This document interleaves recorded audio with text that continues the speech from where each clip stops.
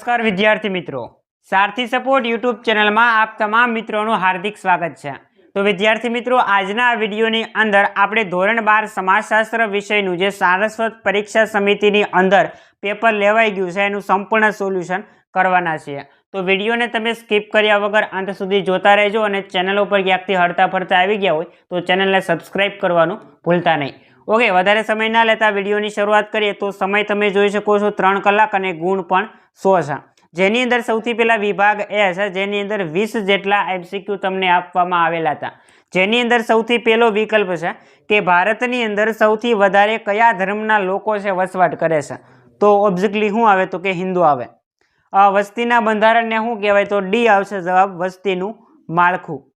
ત્યાર પછી 3 નંબરનો પ્રશ્ન છે કે ભારતની અંદર કેટલી ભાષાઓ છે બંધારણીય દરજ્જો ધરાવે છે, બધાને આવડે એવો પ્રશ્ન છે, 22 આવશે।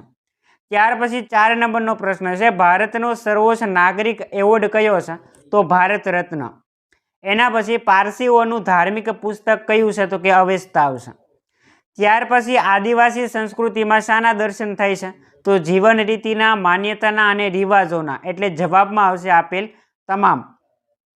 ત્યાર પછી 7 નંબરનો પ્રશ્ન, ગ્રામીણ અર્થવ્યવસ્થા શેના ઉપર આધારિત છે તો કે કૃષિ એટલે કે ખેતી। પતેતી કયા સમુદાયનો મુખ્ય તહેવાર છે તો કે પારસી। 8 નંબરના પ્રશ્નની અંદર જવાબમાં આવશે પારસી। અનુસૂચિત જાતિઓનું સૌથી વધારે પ્રમાણ કયા રાજ્યની અંદર જોવા મળે છે તો જવાબમાં શું આવશે તો કે અરુણાચલ પ્રદેશ। ત્યાર પછી આપણે 10 નંબરનો પ્રશ્ન જોઈએ તો ટોટેમવાદ શેમાં જોવા મળે છે તો અનુસૂચિત જનજાતિ આવશે। ત્યાર પછી ભારતની આદિજાતિની વસ્તીનું વર્ગીકરણ કોણે કર્યું છે તો બ્રિજરાજ ચૌહાણ આવશે। એના પછી ભારતે કઈ સાલની અંદર અસ્પૃશ્યતા નાબૂદી કાનૂન છે એટલે કે કાયદો બનાવ્યો હતો તો જવાબમાં ડી આવશે, 1955, 12 નંબરના પ્રશ્નની અંદર। 13 નંબરનો પ્રશ્ન છે ઈસવીસન 1901માં ભારતમાં જાતિ પ્રમાણ કેટલું હતું તો 972। ત્યાર પછી 14 નંબરનો પ્રશ્ન, 2011ની વસ્તી ગણતરી પ્રમાણે ભારતમાં સૌથી ઓછી બાલિકાઓનું પ્રમાણ કયા રાજ્યની અંદર જોવા મળ્યું હતું તો પંજાબ આવશે। ત્યાર પછી સાયકલ સહાય યોજનાનો લાભ કોને આપવામાં આવે છે તો કન્યાઓને। ત્યાર પછી મહિલા સશક્તિકરણના લક્ષણો કોણે આપ્યા તો કે ડૉક્ટર ચંદ્રિકાબેન રાવલ।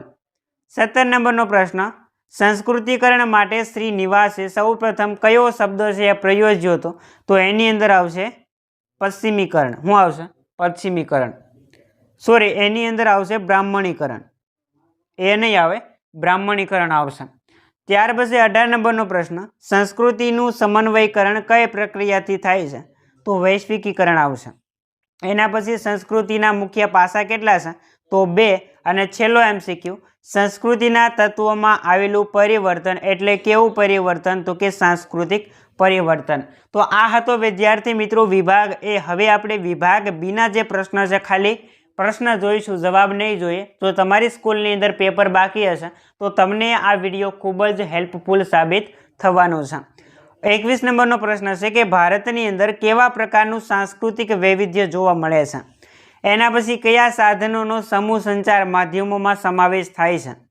ત્યાર પછી શીખ ધર્મના 5 ક કોને કહેવામાં આવે છે, સંસ્કૃતિ કોને કહેવાય, એના પછી અનુસૂચિત જાતિ કોને કહેવાય।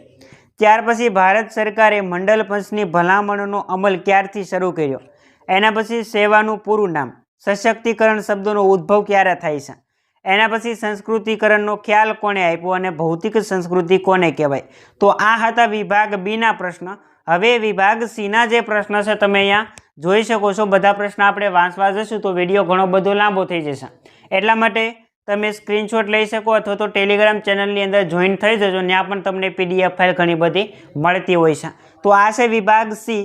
અહીંયા તમને વિભાગ ડી આપ્યો છે, 30 ગુણનો વિભાગ ડી છે। ઓકે, જોઈ શકો છો દરેક પ્રશ્ન। ત્યાર પછી છેલ્લે વિભાગ ઈ આપ્યો છે જેની અંદર ટોટલ તમને 6 પ્રશ્ન આપ્યા છે, એમાંથી તમારે 4 પ્રશ્ન લખવાના છે। તો આ હતું વિદ્યાર્થી મિત્રો સારસ્વત પરીક્ષા સમિતિની અંદર આજે લેવાયેલું સમાજશાસ્ત્ર વિષયનું ક્વેશ્ચન પેપર। જો વિડીયો પસંદ આવ્યો હોય તો લાઈક કરો, શેર કરો અને ચેનલ ઉપર નવા હો તો સબસ્ક્રાઈબ કરો।